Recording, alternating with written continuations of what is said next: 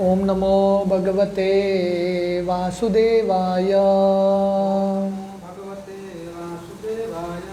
ओम नमो भगवते वासुदेवाय। ओम नमो भगवते वासुदेवाय। नारायणं नमस्कृत्य नरं चैव नरोत्तमं देवीं सरस्वतीं व्यासं ततो जायमुदीरये। नष्टप्रायेषु अभद्रेषु नित्यं भागवत सेवया भगवती उत्तमश्लोके भक्तिर्भवति नैष्टिकी। कृष्णाय वासुदेवाय देवकी नंदनाय च नंदगोपकुमाराय गोविंदाय नमो नमः। नमो पंकजनाभाय नमो पंकजमालिने नमो पंकजनेत्राय नमस्ते पंकजांग्रये। हरे कृष्ण। टेक्स्ट 21। धन्वंतरिश्च भगवान स्वयं एव कीर्तिर् नाम्ना दृढां पुरुरुजं रुज आशुहन्ति। यज्ञे च भागन् अमृतयोरानवृद्धना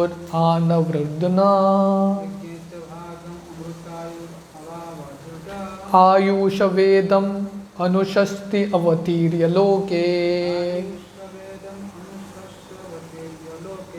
Word to word. Dhanvantari, the incarnation of God named Dhanvantari. Cha, and Bhagavan, the personality of Godhead. Swayam eva, personally himself. Kirti, fame personified. Namna, by the name. Rinam Purujam, of the diseased living entities. Rujaha, diseases. Ashu, very soon. Hanti, cures. Yagye, the sacrifice. Cha, also. Bhagam, share. Amrita, nectar. Ayu, duration of life. Ava, from. Avrunde, obtains. Ayusha, of duration of life. Vedam, knowledge. Anushasti, directs. Avatirya, incarnating. Loke, in the universe.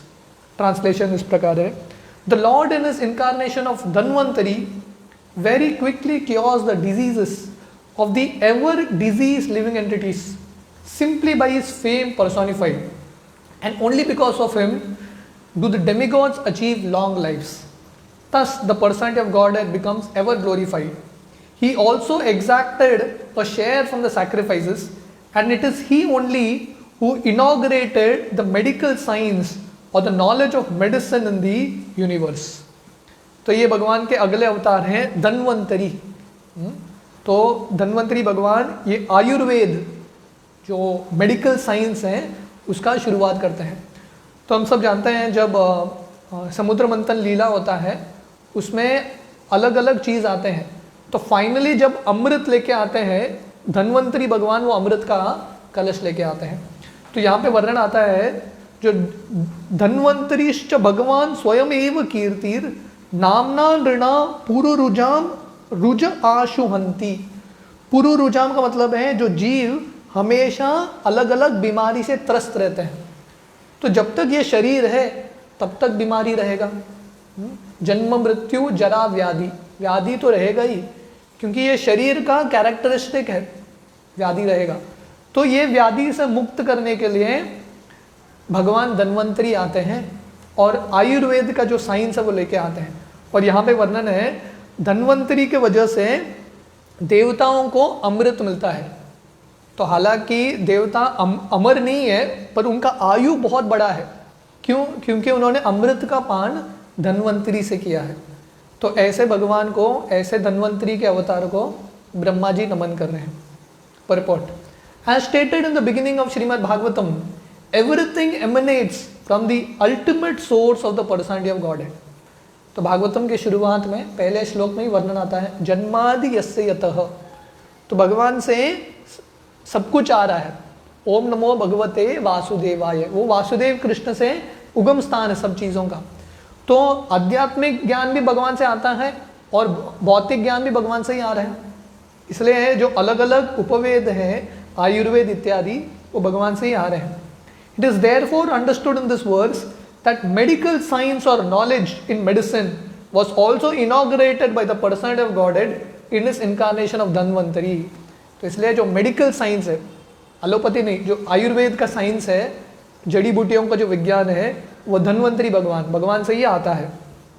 तो इसलिए आप कौन सा भी Ayurvedic college में जाएंगे या Ayurvedic hospital में जाएंगे तो पहला धन्वंतरी का मूर्ति रहता है, विग्रह रहता है और उनका पूजा होता है फर्स्ट चीज़। उसके बाद लोग शिक्षा प्रदान करते हैं। And thus the knowledge is recorded in the Vedas. तो इसलिए भगवान से ये आयुर्वेद का ज्ञान आता है और वेद में वर्णन है। The Vedas are the source of all knowledge and thus knowledge in medical science is also there for the perfect cure of the diseases of the living entity. तो वेद में सब कुछ है। जैसे एक सुपरमार्केट होता है, तो सुपरमार्केट में जो भी चाहिए सब मिल जाता है, एवरीथिंग इज अवेलेबल। तो वेद का मतलब है जितने भी ज्ञान है वेद में है। सिर्फ आध्यात्मिक ज्ञान नहीं, भौतिक ज्ञान भी है। हाँ, किसी को एस्ट्रोलॉजी पढ़ना है, अलग अलग तारों के बारे में पढ़ना है, वो भी है। हाँ, अलग अलग नक्षत्र के बारे में ज्योतिष भी पढ़ना है, वो भी वेद में है। आयुर्वेद पढ़ना है, शिल्प शास्त्र, किसी को अगर विग्रहों की रचना करना है, मूर्ति बनाना है या आर्किटेक्चर करना है, वो सबका विद्या है। धनुर्वेद, धनुर्विद्या, अलग अलग अस्त्र कैसे चलाते हैं, उसका भी विज्ञान है। तो वेद सिर्फ आध्यात्मिक सोर्स का नॉलेज नहीं है, भौतिक नॉलेज भी वेद में है। The embodied living entity is diseased by the very construction of his body. ये देखिए, हमको हमारे शरीर का इतना घमंड है, पर ये शरीर एक ही चीज देता है, बीमारी, अलग अलग प्रकार का बीमारी। और ऐसा ऐसा बीमारी आता है डॉक्टर को पता भी नहीं चलता कौन सा बीमारी है। तो हमारा शरीर ऐसा बनाया है जिसमें बीमारी आएगा ही आएगा, आप कुछ भी करो बच नहीं सकते। The body is the symbol of diseases. तो ये शरीर, ये तीन धातु का, कफ पित्त वात, इसका एक गोनी है, एक बैग है और इसमें इतने सारे बीमारी पड़े हैं। The disease may differ from one variety to another, but disease must be there just as there is birth and death for everyone. तो डिजीज का अलग अलग नाम रहेगा, कभी कोविड, कभी मलेरिया, कभी कैंसर, अलग अलग बीमारी का नाम, पर बीमारी तो निश्चित रूप से रहेगा। अभी हम 21वीं सदी में है, इतना विज्ञान प्रगति कर चुका है, मेडिकल साइंस, पर कोई बोल सकता है क्या बीमार कोई नहीं पड़ेगा? ऐसा कुछ विज्ञान है? इनफैक्ट आप देखोगे हॉस्पिटल्स नए नए बनते रहते हैं, नया नया हॉस्पिटल खड़ा हो रहा है का मतलब क्या है, और लोग बीमार पड़ रहे हैं। तो कोई शरीर से बीमार से मुक्त नहीं होता। तो जैसे जन्म होता है, जन्म के बाद व्याधि आता है, उसके बाद बुढ़ापा आता है और मृत्यु, ये नेचुरल साइकिल है, कोई बच नहीं सकता। So by the grace of the personality of Godhead not only are diseases of the body and mind cured, but also the soul is relieved of the constant repetition of birth and death. तो इसलिए हर एक व्यक्ति अपने जो बीमारी उसका निवारण पाना चाहता है। किसी को शरीर का बीमारी है, किसी को मन का बीमारी है, तो फिजिकल प्रॉब्लम है, किसी को साइकोलॉजिकल प्रॉब्लम है, पर ये सब और किसी अल्टीमेटली हम सब आत्मा के स्तर पे बीमार हैं। क्यों? क्योंकि हम ये जन्म मृत्यु के चक्कर में फंसे हैं, पुनरपि जननम पुनरपि मरणम। So that is the biggest cause. क्योंकि हमको शरीर मिल रहा है इसलिए बीमारी हो रहा है, लेकिन अगर भौतिक शरीर होता ही नहीं था तो बीमार होने का सवाल ही नहीं। तो ये सब बीमारियों से मुक्त होने का तरीका है भगवान की भक्ति। The name of the Lord is called भवौषधि और the source of curing the diseases of material existence.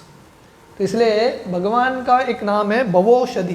तो इसलिए भागवतम में 10वें स्कंद के पहले अध्याय में वर्णन आता है, निवृत्त तरसेर उपगीयमानात् भवौषधा चोत्र मनोभिरामान् का उत्तम श्लोक गुणानुवादात् पुमां विरजेत विना पशुघ्नात्। So this the 10th canto 1st chapter. तो भागवतम के 10वें स्कंद का पहला अध्याय का 4था श्लोक है, निवृत्त तरसेर उपगीयमानात्। तो वर्णन आता है कि व्यक्ति भगवान का कथा सुनेगा, हर एक व्यक्ति को लाभ मिलेगा। भवौषधा चोत्र मनोभिरामात्, जो मुक्त आत्मा है, निवृत्त तरसेर उपगीयमानात्, जिनके भौतिक इच्छाएं कुछ भी नहीं है, वो लोग भी कृष्ण कथा से लाभ ले सकते हैं, आनंद प्राप्त कर सकते हैं। और जो लोग भौतिकवादी हैं, वो लोग कृष्ण कथा सुन के थोड़ा मनोरंजन प्राप्त करेंगे, एंटरटेनमेंट के रूप में देखेंगे। पर अल्टीमेटली जो साधकों के लिए कृष्ण कथा क्या है, भवौषधात्, मतलब ये भव रोग से मुक्त होने के लिए औषधि, मेडिसिन। तो धन्वंतरी भगवान अमृत लेके औषधि देने के लिए आए हैं। सो अल्टीमेट औषधि क्या है हमारा, the name of the Lord. इदम शरीरम परिणाम पेशलम पतति अवश्यम शतसंधि जर्जरम किमौषधम पृच्छसि मूढ़ दुर्मते निरामयम कृष्ण रसायनम पिब। तो कुलशेखर महाराज उनके प्रार्थना में बताते हैं कि इदम शरीरम परिणाम पेशलम, ये जो शरीर का परिणाम क्या है, पतति अवश्यम शतसंधि जर्जरम, इसमें रोग, अनगिनत रोग आएंगे, शरीर का हर एक अंग दुखेगा और अल्टीमेटली पतन होगा शरीर का, ये शरीर गिरेगा। तो ये सब से मुक्त होने के लिए मेडिसिन क्या है, पतति अवश्यम शतसंधि जर्जरम किमौषधम पृच्छसि मूढ़ दुर्मते। बोलते हैं, हे मूढ़, हे मूर्ख, आप अलग अलग औषधि के पीछे क्यों लगे हो, सबसे बड़ा औषधि ले लो, कृष्ण रसायनम पिब। ये जो कृष्ण रसायन है, ये औषधि ले लो। तो सार्वभौम भट्टाचार्य चैतन्य महाप्रभु का गुणगान करते हुए बताते हैं, चैतन्य महाप्रभु एक वैद्य की तरह है और हम सब पीड़ित हैं, बीमार हैं। ये माया का रोग, भोग करने का रोग हमको लगा है और उसके अलग अलग चिन्ह हैं। शरीर के रोग आते हैं, मन के रोग आते हैं, मन के विकार, शरीर के विकार। तो ये सब विकारों से मुक्त होने का तरीका है भवौषधि, औषधि। और ये औषधि क्या है, कृष्ण कथा या कृष्ण नाम का संकीर्तन। तो इसलिए सही अमृत क्या है, द रियल अमृत इज भक्ति रसामृत। भक्ति का जो अमृत है, दैट इज द रियल अमृत। नहीं तो ये भौतिक दुनिया का जो भी अमृत है, वो हमको ये भवसागर से मुक्त नहीं करा सकता। इसलिए श्रील प्रभुपाद जब अंतिम दिनों में थे, प्रभुपाद थोड़ा बहुत अलग अलग मेडिसिन लेते थे, आयुर्वेद मेडिसिन, पर प्रभुपाद को विश्वास हरिनाम में था। इसलिए प्रभुपाद को बोलते थे, आप निरंतर हरिनाम करते रहो। तो भक्त हरिनाम करते रहते थे। तो प्रभुपाद बोलते थे, यही मेरा औषधि है, ये मेडिसिन खाऊंगा मैं, पर मेरा विश्वास भगवान के हरिनाम में है। तो इसलिए हम हरिनाम अच्छे से करेंगे, शरीर का भी बीमारी मिटेगा, मन का भी बीमारी मिटेगा, और अल्टीमेटली जो आत्मा का बीमारी है, भोग करने का जो वृत्ति है, वो ठीक होगा। तो ये भगवान का अवतार है धन्वंतरी। तो अगला श्लोक टेक्स्ट 22, शत्रम कषाय विदिनोऽमृतं महात्मा ब्रह्मदृग् उजितपतं नरकार्तिलिप्सु उदन्ति आशव अवनीकन्ततम् उग्रवीर्यस् त्रिशप्त कृत्वा उरुदार प्रशद्वेन। Shatram, the royal order, Kashyaya, for the sake of diminishing, Vidina, by destination, Upabritam, increased in proportion, Mahatma, the Lord in the form of the great sage Parshuram, Brahmadrik, the ultimate truth in Brahman, Ujahita Patam, those who have given up the path of the absolute truth, Naraka Arti Lipshu, desirous to suffer pain in hell, Udanti, exacts, aso, all these, Avanikantakam, thorns of the world, Ugra Virya, awfully powerful, Trisapta, thrice 7 times, Kritva, performed, Urudara, very sharp, Prashadvena, by the great chopper. तो ये भगवान का अगला अवतार है Parshuram. When the ruling administrators who are known as Kshatriyas turned astray from the path of the absolute truth, being desirous to suffer in hell, the Lord in his incarnation as the sage Parshuram uprooted those unwanted kings who appeared as the thorns on the earth. He thrice 7 times uprooted the Kshatriyas with his keenly sharpened chopper. तो ये भगवान का अगला अवतार है परशुराम। तो जब क्षत्रियों का कर्तव्य है धर्म के अनुसार राज्य करना, धर्म शास्त्रों के अनुसार शासन करना, पर जब क्षत्रिय ये धर्म से भटक गए, भगवान के भक्ति छोड़ दिया उन्होंने और नरक की ओर जा रहे थे, उस समय भगवान परशुराम के रूप में आते हैं। हालांकि परशुराम का जन्म ब्राह्मण परिवार में होता है, जामदग्नि से होता है, पर जब परशुराम देखते हैं कि ये क्षत्रिय लोग बहुत दुष्ट कार्य कर रहे हैं, तो ये क्षत्रियों को पूरे दुनिया का परिक्रमा 7 into 3 टाइम्स, यहाँ पे वर्णन आ रहा है 3 सप्त, 7 into 3 मतलब 21 टाइम्स, 21 बार पूरे दुनिया में घूम के क्षत्रियों को मारते हैं। इमेजिन करो भगवान का कितना, जब भगवान को गुस्सा आता है, जब वीर रस आता है भगवान को, 21 टाइम्स 21 बार परिक्रमा करते हैं और जो भी क्षत्रिय दिखता है असुर का जो वृत्ति है उसको मार देते हैं। और कैसे करते हैं? उनके पास परश्रद्वेन, उनके पास चॉपर था, परशु, वो परशु को चला चला के, तो वर्णन आता है जब परशुराम फुल मूड में थे, पूरे शक्ति में थे, तो वो परशु इतना स्पीड से चलता था, मन के स्पीड से चलता था, मतलब समझ में नहीं आता परशु चला रहे। और जब थोड़ा थक जाते थे वायु के गति पर चलता था वो परशु। ऐसा करके उन्होंने 21 बार क्षत्रियों को मारा। परपोर्ट: द क्षत्रियस और the ruling administrators of any part of the universe, either on this planet or on other planets, are factually the representatives of the almighty personality of Godhead, and they are meant to lead the subjects toward the path of God realization. तो जो भी क्षत्रिय हैं, जो भी राज्य को चला रहे हैं, ये लोक में, अलग लोक में, ब्रह्मांड के अलग लोक में, वो सब भगवान के रिप्रेजेंटेटिव है। इसलिए ये क्षत्रिय राजाओं को नरदेव बोला जाता है। देवों, नरों में देवता, भगवान का प्रतिनिधि। जैसे गुरु प्रतिनिधि होता है, जैसे ब्राह्मण प्रतिनिधि होता है भगवान का, तो वैसे ही क्षत्रिय भगवान के प्रतिनिधि है। और उनका कर्तव्य है उनके प्रजा को भगवान की भक्ति की ओर उन्मुख कराना। That is there duty, main duty. Every state and it's administrators, regardless of the nature of the administration, monarchy or democracy, oligarchy or dictatorship or autocracy, have the principal and prime responsibility to lead the citizens towards God realization. तो प्रभुपाद बोल रहे हैं हर एक राज्य में या हर एक देश में कैसा भी राज्य चल रहा है, कौन सा भी सिस्टम का पालन कर रहे हो, मोनार्की का मतलब है एक राजा चला रहा है, या डेमोक्रेसी प्रजा चला रहा है साथ में मिलके, लोकतंत्र है, या डिक्टेटरशिप, कैसा भी सिस्टम है, पर मेन लक्ष्य क्या है? जो भी प्रतिनिधि है राष्ट्र चलाने वाला, उसको भगवान के नियम के अनुसार राज्य चलाना है और लोगों को प्रेरणा देना है भक्ति के मार्ग स्वीकार करने के लिए।